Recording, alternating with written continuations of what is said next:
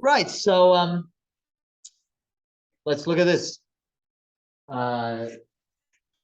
Computers and computer systems. There we got an ad for Qatar, 99% internet penetration. I think that means that 99% of the people have internet available to them. Yeah. And so that makes us a global leader. So how could they have internet available to them? Well, the actual technical way that they would get the internet available to them would be through fiber coming into their house. So we have that, and fiber's awesome. I don't know if you know much about fiber, but what that is we call it fiber. It's glass fiber, fiberglass. And the thing about glass fiber is light goes down it. So we used to call it optical communications. Instead of electrical, which would be electrons flowing down a copper wire, which meets some resistance, and so that slows it down a little bit. But with fiber optics, with a very thin, it's not a cable, it's just, yeah, well, we call it a cable, with a very thin, and you can't call it a wire because wires are metal, right? But a fiberglass cable, you can get a very high rate of transmission, or we call that broadband. Broadband meaning that you can get a lot of gigabytes down a very, very narrow cable. So that's the way that many, many people get their internet in Qatar. But it's not the only way, because a lot of us are actually using internet on our phones. Now, of course, you could be using your internet in your phone. You're in the mall, or else you come into a classroom like this and you connect to the Wi-Fi. So if you connect to the Wi-Fi, then there's an access point that's near you. There's one there. So if you just look up there, see that square box sitting out of this. Okay, it says Cisco on it, and there's another one back there that's Cisco on it. So those are Wi-Fi access points. What access? And you got those in your house too, right? Because though you have fiber coming into the wall, you don't connect you might. We don't all connect all of our computers directly to that cable. A lot of the time we'll use the radio. When I say the radio, we have a radio transmitter with Irido. They give you this like a tower that mine's white and it's got a little blue light at the top. So that's a radio tower, and that sends out a radio wave that you can pick up on your phone or on your laptop computer or tablet or whatever, and that's internet. And another way you could get internet is you could just have a really, really cool telephone provider that gives you a 4G, 3G, 4G, or a 5G service. And so you might have that. So many phones now have 5G, which is pretty fast. And so what that means is you can be driving along in your car and you can be texting your friends and stuff like that. But don't do that while you're driving. You can be a passenger in the car. So yeah, we got internet around us all the time, right? Who doesn't have internet? Actually, I was looking at new cars, and new cars in the United States, they come with things like the Starlink or whatever that is, and so the car itself has internet built into the car.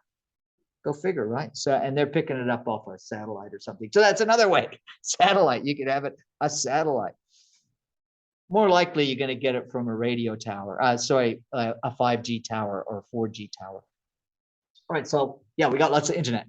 Nobody here doesn't have internet, as it says here, 99%. Well, I guess there's somebody who doesn't have internet. Good luck finding them. All right. And so what are we going to do? What's this course about? Get to know each other. We kind of did that a little bit. Computers in our life. And we have to know, I remember seeing this in the course outline thing. It said we had to know the parts of a computer. Look at that. There's some parts of a computer. We got this thing called a system unit. That's our box. System unit holds all the motherboard and the memory and the main processor. All of that's happening in the system unit. And then we have a monitor usually, which is separate, a keyboard. We have these output devices like your speakers, and you got a mouse as an input device, and you got a printer as an output device. That's very cool. We're supposed to talk about IoT, Internet of Things. I mean, you could do a whole degree on IoT. And actually, one of our teachers did a PhD on IoT. Go figure. But basically, you can put some kind of we have this thing called an IP address and a MAC address. I don't know if you ever heard of those before. So you can put especially now with the new Macs with the IP version 6, you've got a lot of different addresses. So you can put an address on all kinds of things, like a bit of clothing. You can have devices all around your house that then communicate to other devices in your house. And, you know, this is kind of your Internet of Things. So why does this course matter? Well, because our lives are plugged into computers is what this is saying. Ubiquitous means everywhere. Pervasive just means mostly everywhere. Yeah. So yeah, the internet is everywhere is what it's saying. And do computers make it easy to perform tasks? Well, it makes it a lot easier when you're trying to drive somewhere. You know, I mean, I've been driving around Doha for years, but I never go anywhere without, well, now that I've got 5G on my phone, right? You know, I never go anywhere without loading it up on my map there. And as I said, if you got a new car, it's probably got that built in there anyways. You don't even need to use your phone. But, you know, why would I do that? Well, why don't I just learn the way to go? Well, because the traffic changes from day to day, right? And, you know, maybe there's an accident down there. And so the way that I usually go, it's blocked, and it's going to, you know, so if you've got an online connection to a map service, it'll tell you what's the fastest way to get there, depending on how the traffic changes. So yeah, that really helps. Another way it helps is, you know, you just have a general question, you know, go and use Google, right?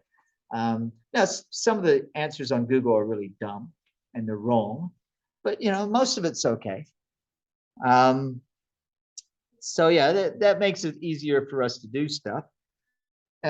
Be more creative and innovative. That's what you guys are coming here for, right? You want to do this digital communication that's innovative and creative.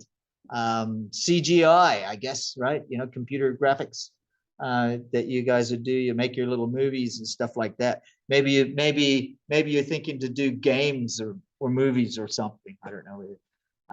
Maybe that's why they have a whole degree in it. But yeah. Transferable skills, critical thinking and problem solving. The idea there, yes.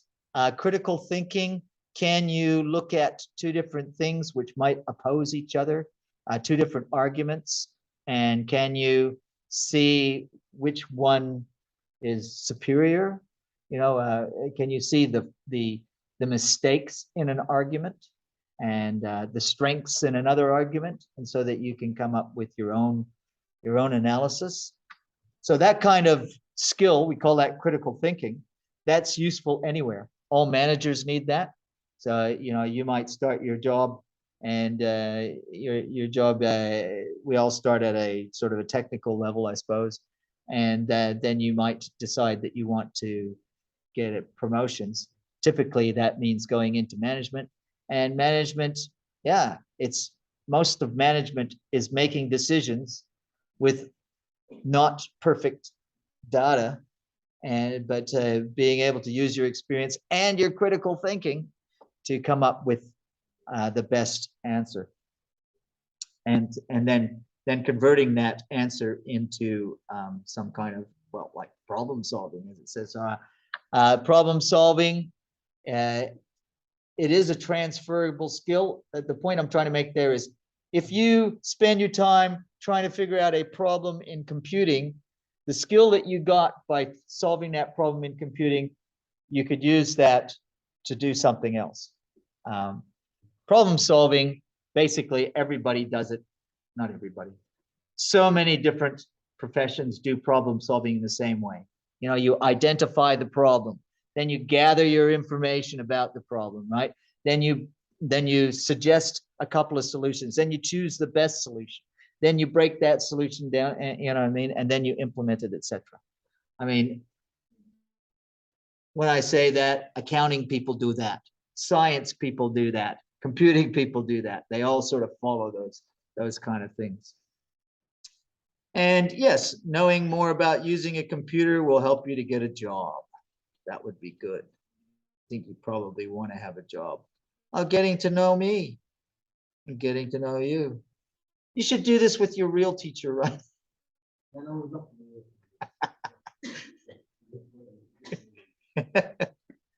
Anyways, I'm Mark. Hi. And I'm old. I'm going to be 66 next week, next month. And I've been doing computing for a long time, but that's why I'm old.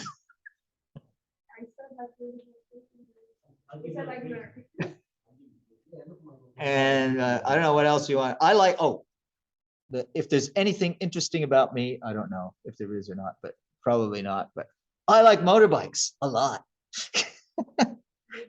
Yeah. Until a few weeks ago, I had like 8.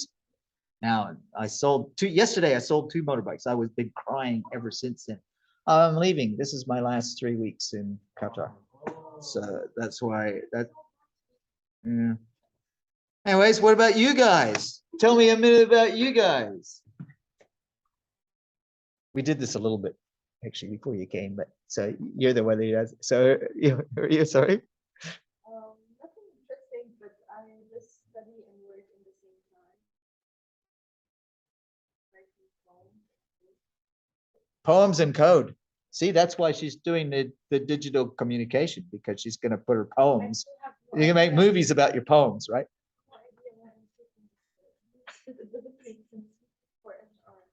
You're in HR. Well, HR, they're scary people, right? They're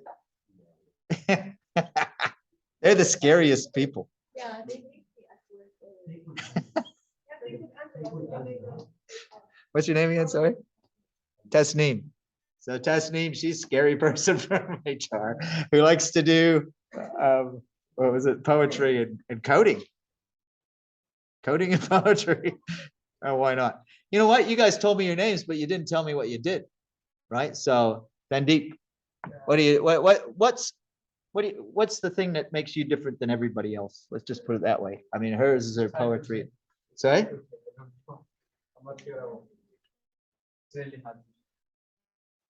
That's because it's really, really complicated and we wouldn't understand. All right, so that's perfectly okay. I have a really good friend who's one of my teaching colleagues here, and I've known him for about 10 years. Oh no, longer than that. And he won't tell you anything about it. So it's actually not a bad thing. But but maybe you guys like to tell. I am.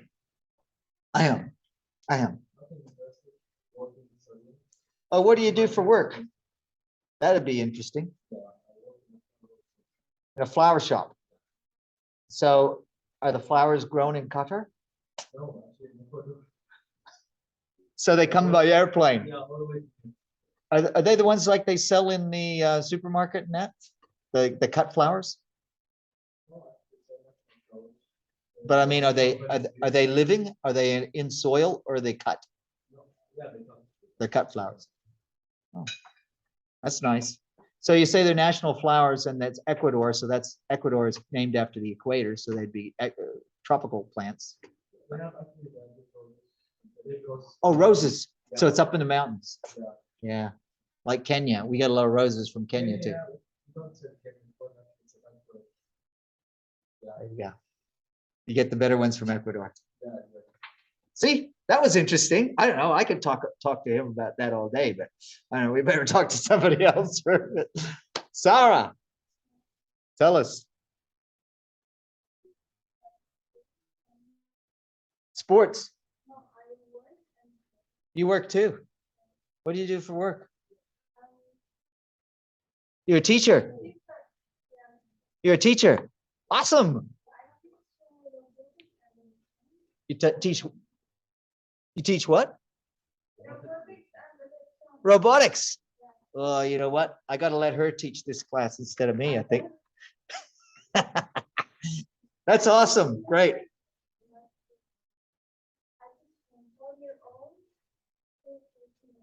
with robots.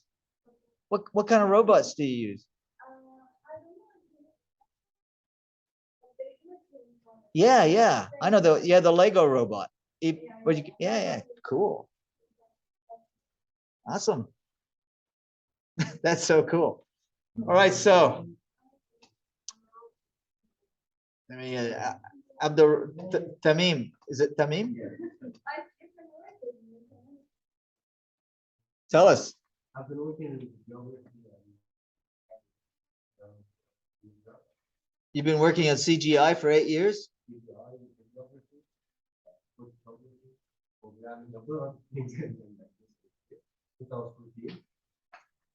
My father is a director. Oh, that's great. So you're gonna have no trouble doing the labs. You'll be all over the labs. What about Abdul Rahman? No, I need to start work. He's a young fellow. Yeah. Yeah, there you go. Young and exuberant and ready to learn. Probably plays lots of computer games. No? You guys do digital communication, you don't play computer games? I do. You do? What computer game do you do? Silva, the computer gamer. Yeah. I have a daughter who just turned 16. And yeah, she just, I don't know, sometimes it worries me because all she does is want to play computer games all night long. Yeah, so I got that. Okay, so Silva, the gamer. Ah. Muhammad.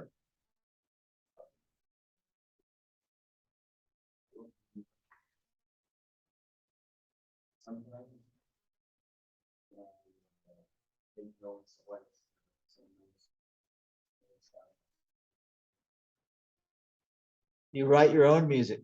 So he's not just a passive liking music, he's actively liking music, making music.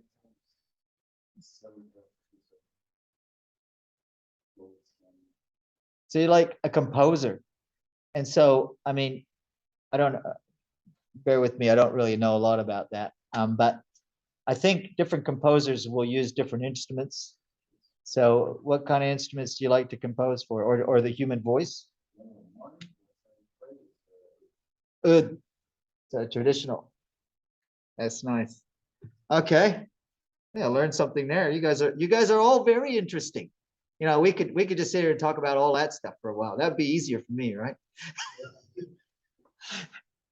But maybe we'll just go and do some work. So I think we got to know each other a little bit there. Okay, yeah. What about this? Are you pursuing a degree? We're all doing the same degree, right? No? All right, so who's doing this digital communication? Oh, you're in digital marketing. All right. Yeah, because you think that's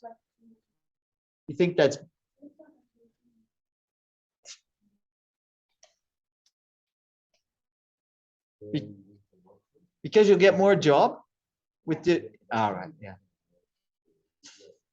So we only have half the class are doing digital communication. So what's the others doing? Digital marketing. So some people stuck with that. HR. You're doing a degree in HR. Mohammed? HR also. We got 2 HR people. Sarah, what's your degree?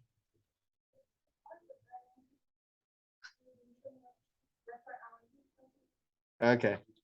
So we're about half and half, sort of digital communications, a little bit of marketing, and some HR types. Dream job. You know what my dream job is? I want to drive one of those big trucks in the Arctic. You see that Discovery Channel? But this will do in the meantime, right? I got a cousin who does that stuff. That's so much fun. Now, what about you guys? What's your dream jobs? Acting. Oh, I get it. So this is what we're gonna do. All right. So if you learn digital communications and you're gonna be an actor, you could like set up cameras all around you and then act. But you'd want to do acting a bit like on TV, movies. It's hard being an actor, isn't it?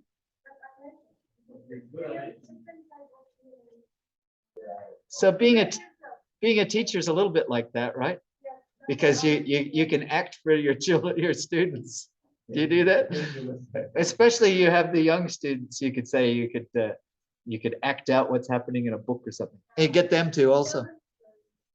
Yeah, that's cool. Favorite foods?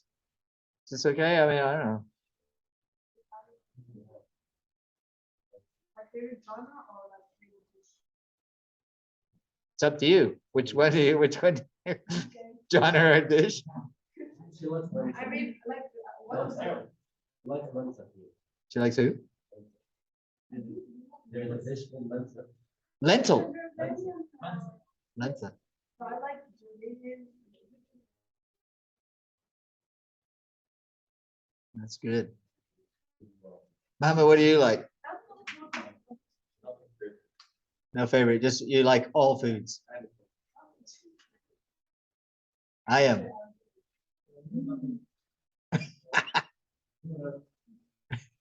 That's why you're not fat, because you don't really care. Same with Muhammad. Again, see, that's why these guys are all thin. How about you? Tamim, right? Tamim? Your name? Tamim? Tasneem. Syrian food. Yeah, Syrian cutlery. I like steaks. Yeah, somebody else is nodding. You know why I like steaks? Because I can cook it. It's easy to cook a steak, right? You just get a hot pan. You throw that meat down there. Eat. So easy. But you know, lamb also, same thing. What about Sarah? Like all the food, easy to please, right? Tamim.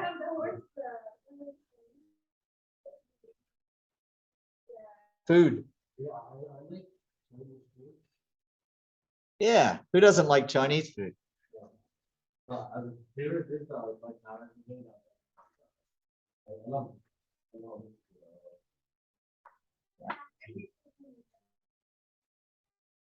You know, when I in the US, I don't know if any of you've been there, right? The Chinese restaurants there, they're not really Chinese, no, they're American Chinese. You know what I mean? But I mean, the people that are serving the food are Chinese, but you know, maybe they've been in America for, I don't know. So they have some dishes there that just Americans eat, like they're sweet and sour. And they have this thing called General So chicken. It's really good. But you'll find these Chinese restaurants there, and they do this buffet, Chinese buffet. Oh my gosh, man, it's like $10. And you know, they got smoked salmon. They got all this good stuff. Problem is, yeah, it's all you can eat, you know, and so it's kind of hard to stop eating. Anyway, sorry about that segue. But the only one, Abdurrahman, what do you like for food? I like mostly junk food. Hey, what's wrong with that? I did too until I saw these TV with how they make it. No, I'm not talking. What's your favorite junk food?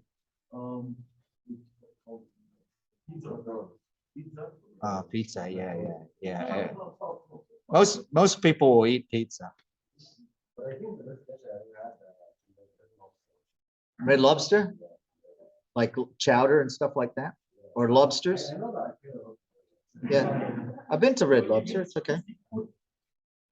Okay, can you guys do this stuff? Be on time, be prepared, ask questions, submit assignments on time, submit your own work. Contact me on. Okay.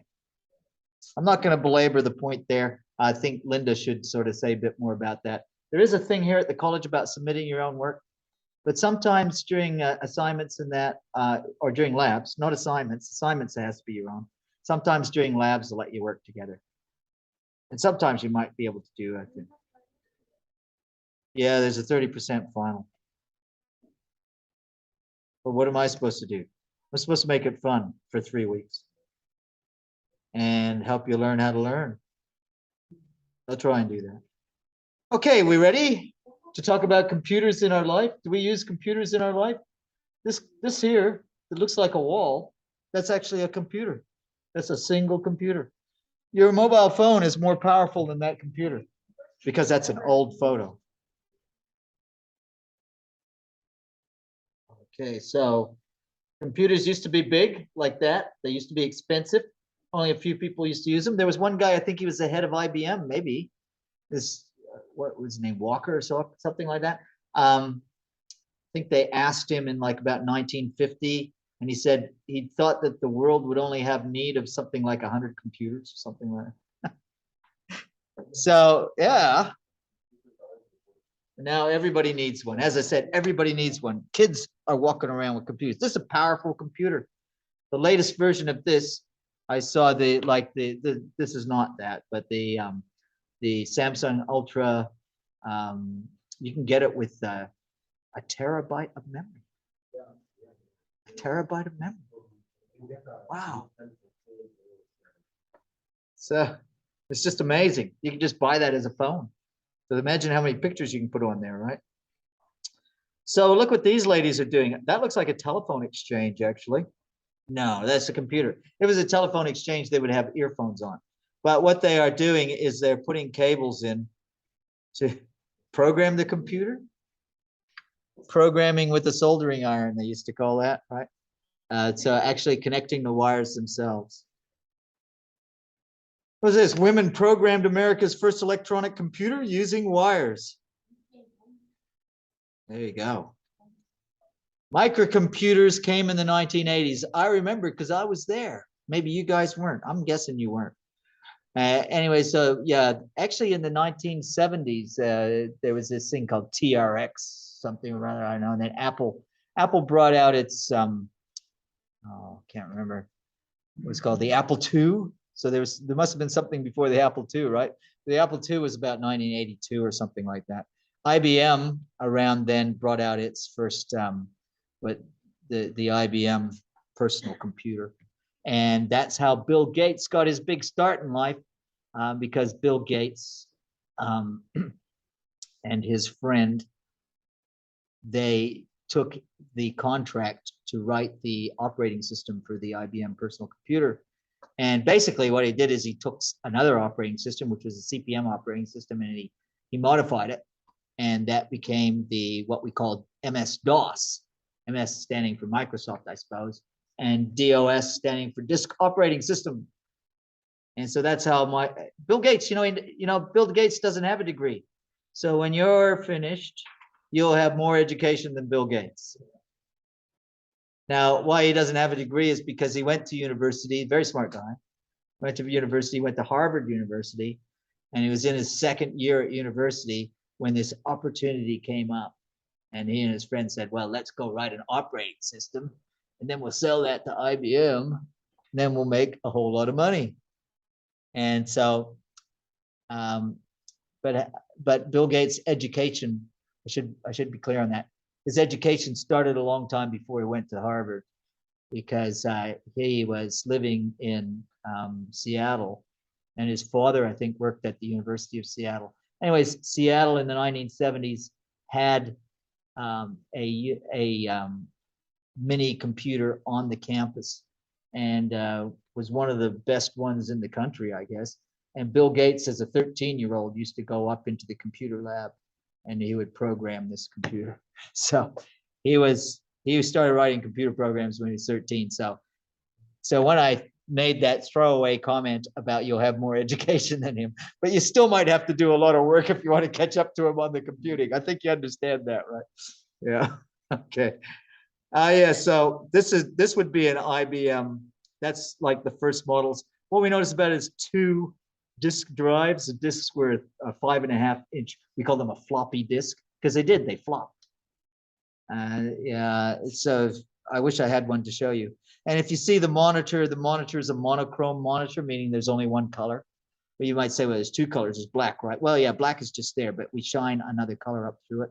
So it's not very exciting, is it? And it's also there's no graphics on it, right? And so the way that we interact with it, it's a command line operating system. When we talk about operating system, we might talk about that a little bit. But so you got to be a bit nerdy to do that, right? Because all your commands is, all these shorthands, sort of Unix type commands that you're making. So yeah, in the 1980s, microcomputers became inexpensive enough so that people would buy them and put them in their house. But they'd be these crappy things like that. But you could write a little Pascal program on it or something like that. They weren't very great. So they had the XT and the AT. So this would be an IBM XT, I think. And then the AT had a hard drive in it. Well, that was a big thing when they got a hard drive.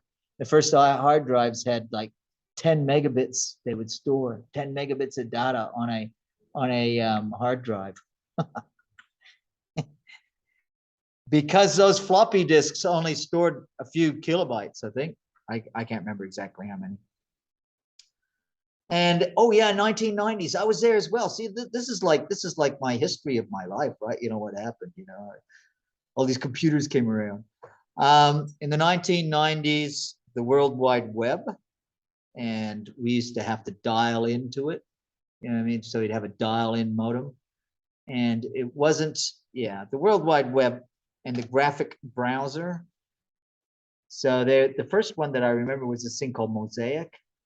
And yeah, it wasn't great, but I mean, it meant that you could have pictures on the screen. Now, the first internet that we had was non-interactive. What I mean by that is all you could do is search and get something up. Now we're well into what we call Web 2, or maybe we're going to Web 3, I don't know. But what we notice about the web nowadays is it's very interactive. What I mean by that is that the user is clicking buttons on the screen or on their phone, whatever, and they're making things happen on the web, right? They're loading things up, they're downloading, not just that, but they're actually doing transactions. You can do your government business on there, right? You can buy stuff. It's become much more powerful than it was before. I mean, that first internet was kind of lame, actually. Yeah, so the laptops came out in the 2000s, and that added some convenience to us because we could carry our computing around with us. First laptop I used was in the 1980s, actually. So laptops been around for a while. I had a Toshiba laptop at my work in the 1980s. Yeah. So yeah, everybody's got a smartphone, haven't they? Yeah. I don't know. I'm waiting for the time where I get good enough in using the smartphone so I don't have to use the laptop. And sometimes I'll just leave my laptop at home and just try and do stuff. Because you can do it, right? I mean, you can pull up all the web pages, you can do stuff with your fingers. If you can, I don't know, if you're better at it than me, I like to have the laptop. Pardon me? Yeah. So it's just, what do you want? The only benefit of the phone is it's easier to carry around. But yeah, it's certainly, you get a big screen, it's easier. Okay, so that's one of the innovations. We're talking about innovations. What maybe the new technology that might come out. So Samsung has a phone that you can fold, and the screen folds. Okay, so that folding screen, that was quite an innovation. So the idea is that, well, maybe we're going to have the folding screens that we can, wear it like an armband or something like that, or with the folding screens, maybe fold it up and put it in your pocket. Maybe you got a phone that you can fold out, and comes this big, and then. So I mean, there's some things that might make it cooler as we go along. Yeah, there we go. What are we seeing here? Some operating system there. There's a window operating system, and no. So yeah, we're talking about operating systems before. If you got a Samsung, then you're running a different operating system than the Apple people. So they got their Apple system. The Samsung is running Android. Yeah, that's an open source, but they sort of took it over, right? You know what I mean by open source? Yeah, means you don't have to pay for it, and means people can sort of change it, upgrade. Okay, so what are you talking about here? Right, so yeah, the first computers, It took a lot of space. So what we're showing here, that's a logarithmic scale, I suppose. Yeah, that's a logarithmic scale. So they were really, really big, but they didn't have much power. And now we got really tiny little sensors. Now, what you're looking at there has been described as Moore's Law. I don't know if you've ever heard of that, Moore's Law. So that was engineer, business guy, and he worked for one of those computer companies. And Moore basically, he coined the saying that every 18 months or 2 years, you get a doubling of the computer power for the same amount of money, or the same amount of computer power for like half the money. And that's about right. I mean, we just see it. Now, we could get a limit because you can only make those transistors so small. But what we find is it sort of plateaus and then it goes up faster, plateaus and goes up faster. There's a lot of new technologies that make it really good. How are we going, guys? What time are we supposed to finish? We can go almost an hour. Today, everybody's got a phone. Everybody's got a computer. We check our email all the time. Make phone calls on the computer. I use Skype. So my wife's in the United States right now, and my daughter's there. I'm not going to call them up using the phone. I use my phone, but I use the Skype app because it's way cheaper. You know, it's internet. What do they call that? Telephony over IP telephony, whatever. So view internet contact on it. Yeah, we do that. Think of all the things you use a computer for. You guys up for this? You guys getting tired? Is it only me? I'm tired. You know what? Let's stop.